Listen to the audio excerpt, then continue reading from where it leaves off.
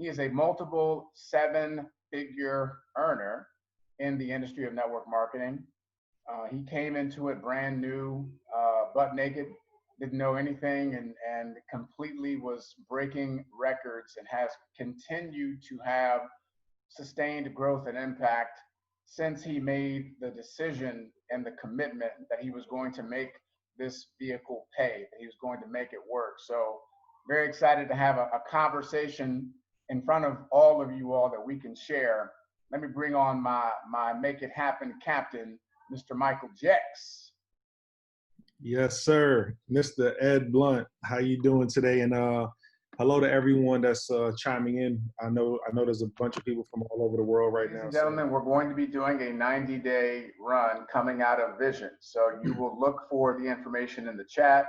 It will begin September 7th. It will end December 7th. We'll give you the criteria, the minimums of activity, and make sure that you all have a firm track to run on.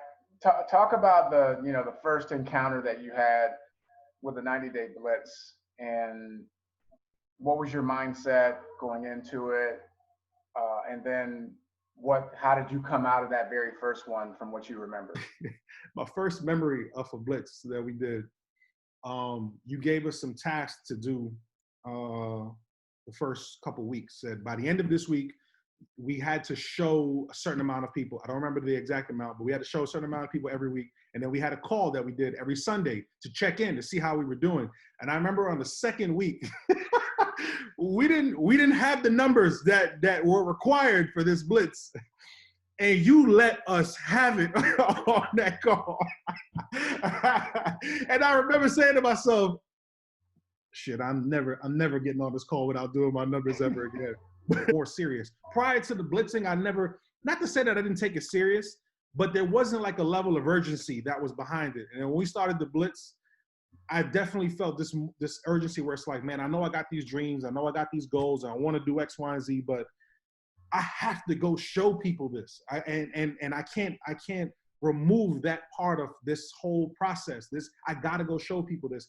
And ladies and gentlemen, honestly, man, that's really, to this day, that's my approach to building the business. It's having goals and dreams and thinking big, but then you gotta get as big as those dreams are, and maybe you get uncomfortable thinking about those dreams, you gotta get equally uncomfortable putting yourself in a situation to show people a business, because a dream can make you feel uncomfortable. Man, that's too big. Can I really do that? And then the idea of, man, I gotta show how many people a day, that's also uncomfortable too. You got to find a way, man, to remove that feeling of nervousness or being uncomfortable. And I promise, it's like once you just find a way to get those two things out of your mind and your emotions, building the business becomes so much easier, and so much less of a emotional drag, because it can be one if you allow the fear of people saying no, or the fear of dreaming too big. You can let those things pile up over time. And if you don't deal with them, that's always gonna stay. Can you talk a little bit about some of the subconscious programming that you engaged in? Mm-hmm. One of the things I remember vividly is what you used to put underneath your pillow when you would go to sleep at night. Yep. Can you talk a little bit about that and that part of your process? But I do remember having a conversation with you about trying to clarify what subconscious, because I heard somebody say that and I was like, but what do they mean by that? What does that mean? And, you just pretty much explained to me that the subconscious mind is the mind that's thinking while you're not consciously thinking. It's what's programmed in the back of your head while you're going throughout your everyday life. And then I'm like, well, how do you change the programming? I was real intrigued by it. Well, how do you change that? I remember you gave me a couple books, but we had so many conversations about it. One thing that I did was, I remember this was in November of 2011, and right after Thanksgiving, and you mentioned to me something about a mental fast, like a mental cleanse, and I remember that year Drake's album came out, Take Care, and I'm like, damn, I gotta do this Mental Cleanse. Drake album just dropped. I can't even listen to this album. I said, all right, cool. And I remember I wanted to listen to it so bad. But again, I saw it as a test. It's like, Mike, you gotta enjoy that in January.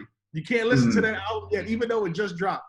And I remember December came and I said, okay, cool. We're gonna do the 30-day mental cleanse. And what that consisted of was no TV, no radio, no music, no gossiping about negativity with your friends and all that stuff. And anything that you do, if you are going to listen to something, it'll be personal development only. That was it, right? And then I would pray too. So 30 days I did that. I would always say to people, that was probably the biggest, that had the biggest effect in my life. Without exaggeration, maybe up to this day. Because my thoughts became so much more clear on how I felt and what I wanted to achieve. And then here's why I know that was the case, and there's no exaggeration what I'm saying, because that was December of 2011, talking about now subconscious mind.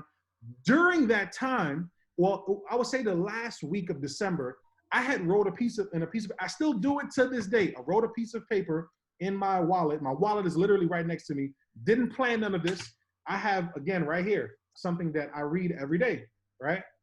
And I did that then. And here's what it said back then. It said, I earned $600 a week. In our last company, that was a triple cycle. I wasn't earning $600 a week. And that's all I wanted to do. I mentally fasted December 2011. Starting the last week of the year, I started to read this affirmation while I was mentally fasting. I went into January and I said, come hella high water, I don't care what I got to do, I'm going to earn $600 a week in this business. By the last week of that month, which was now January 2012, I was earning $600 per week.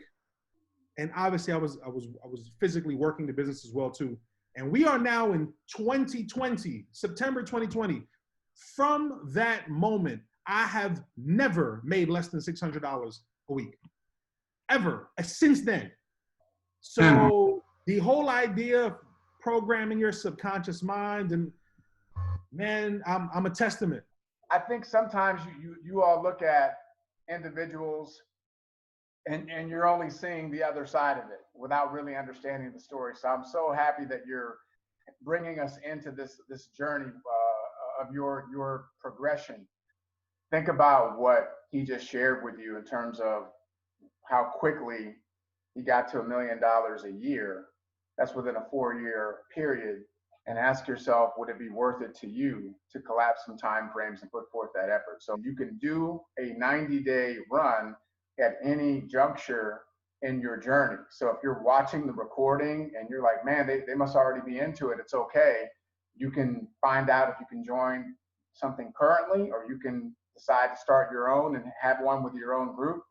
And you can get in touch with myself. I'll give you the guidelines so that you have all the proper structure to support you in your success. But we just want to see each and everybody have the right path to create the success. It's up to you.